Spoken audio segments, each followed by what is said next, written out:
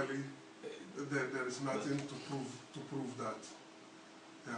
So it's based on false belief with no scientific basis. Yeah, it is. That's why I said in my first speech that science has been refined now. Yeah. So in those days, it could be the belief.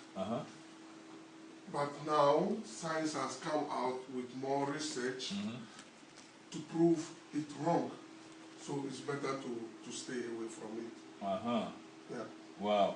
There was a research which was done in Egypt some time ago. It says 97% of Egyptian women are circumcised. You said about 97% of Somali. I think I don't have the figure in my mind, but it's at least it was 98%. Yeah, it's 98. 98. 98% Somali.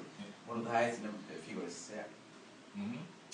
And 82% support FGM. 82% support FGM. Now, supporters also believe that it is good tradition required by religion.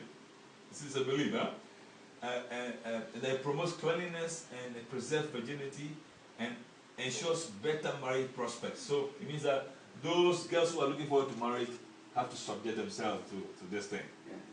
And it gives greater pleasure, which is false. It gives a lot of pain and trouble.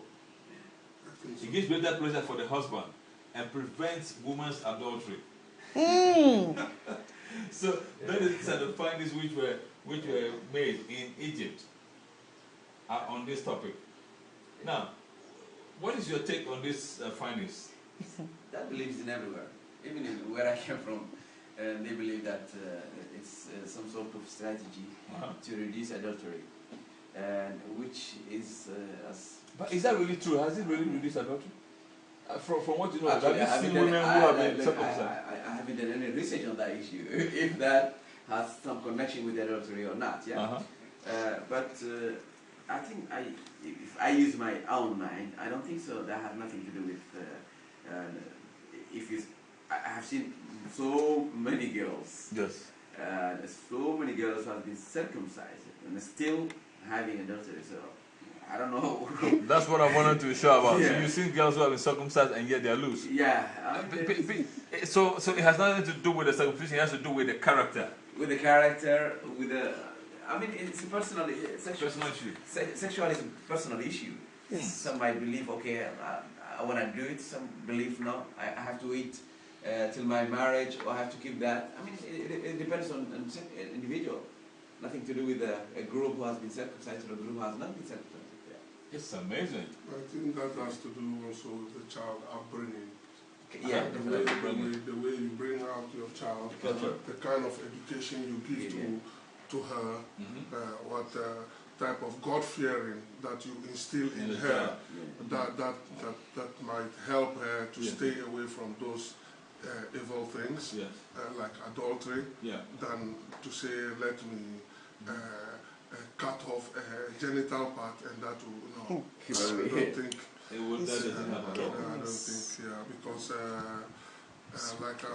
I just want to give you one example. In Islam, like the Holy Prophet, advised the men to stay away from adultery, and the best way to do that was to keep on fasting. So whilst you are fasting, it takes your mind away from that type of acts, you see. So I don't think that cutting the genital part of a woman makes because it doesn't make her more faithful. Please, we don't have a complete research on that I can give you a figure. Yeah, but what my eyes see during my lifetime, it's not that point is not convincing. Yeah, for me, it's not convincing. If you cut off the tongue, does it mean you can never have desire to eat food? When the stomach wants food, definitely. You want to eat definitely you like to eat. It has nothing to do with the tongue. Yeah. Definitely, good example. Yeah. I see. Now, is there help for men who have been traumatized by this experience of having to deal with a woman who has been mutilated genitally? Is there help available for people like that? Because there's a lot of talk about helping the women reconstructing the mutilated part and things like that. But what about for men? Is there any help, any facility to help men, cope with this thing? Well, in my experience, I haven't seen people are focusing on the trauma they've gone through, the men who had something to do with the women. Yes. And honestly speaking, although we have also affected this practice, I cannot say I have the same, I gone through the same trauma as the girls. And the effect that this practice had in myself is only psychological effect, yeah. But the girl has gone through physical, and still has a physical problem, yes, as well as a psychological problem. And when the girl was circumcised, the knives and the horrible experience she had gone through, yes, and I think she will take to the grave, and it will stay for life. And I haven't gone through that horrible experience, but still, it affects your daily life, as you have a partner who has that. And I think most of people will focus on the woman, which is true, but the men also need, I think, some sort of help to cope with that problem. Yeah, I also think so, because the very first day I have to stand before a public to discuss my side of the story. yes. I mean, it took me some few days of sleeplessness. Really? Yeah, definitely, because, yeah, but after doing that 1 or 2 times, then I had a sort of sigh of relief. Really? Yeah, definitely. So, because basically for me, it's what I saw. What I saw. And the type of affiliation that existed between me and my brother, and for him losing his girlfriend at that very young stage, you know. Yeah, so that was the trauma that I had about the whole FGM. But so you can imagine some gentleman who is living with that also for the rest of his life. So, well, I cannot say much about it, but I think Mr. Malik, he understands what I'm trying to say. Yeah. It's true. Yeah. This is terrible. It's terrible. You know, I know there probably hasn't been much attention focused on the male side of the issue. Yeah, definitely. But from what Malika said, you know, you can see that somebody who has to deal with this thing. You marry a woman, you cannot have, you know, the marital pleasure you're supposed to have. You have to struggle every time to the point that you bruise yourself, you bruise also the woman. I mean, what